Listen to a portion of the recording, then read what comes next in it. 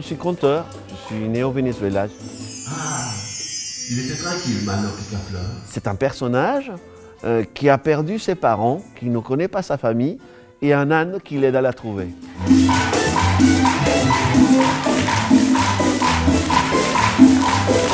Les enfants peuvent deviner. On fait une promesse et cette promesse, elle est payée, par exemple. On dit, il va se passer quelque chose peut-être un moment. Et les enfants sont attentifs. Ils attendent que ça arrive et donc ils le retrouvent dans le récit. En Lupita. Et puis se moquer, le prendre de façon dérisoire aussi. Les affronter. Comment un petit personnage, tout petit personnage, un enfant, peut affronter toutes ces problématiques aussi par l'humour, par l'imaginaire. La guitare, c'est vraiment, je dois dire, un instrument qu'on retrouve dans toute l'Amérique latine. C'est un instrument très populaire qui elle-même a donné naissance à plein d'autres petits instruments que j'utilise également dans le conte et notamment le cuatro, qui est l'instrument national au Venezuela. Je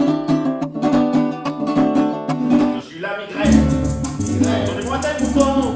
Donnez-moi ton âne. Je vais le manger.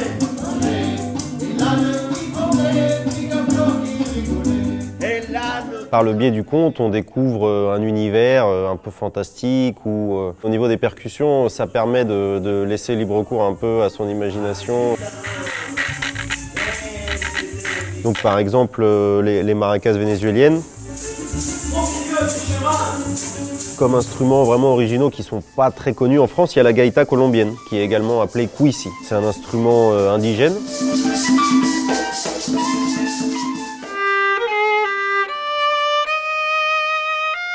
Le violon amorce déjà presque toutes les chansons. C'est lui qui donne le caractère, c'est lui qui va lancer le chant, qui va annoncer cette tristesse parfois, cette mélancolie, cette gaieté, ce côté très dansant aussi.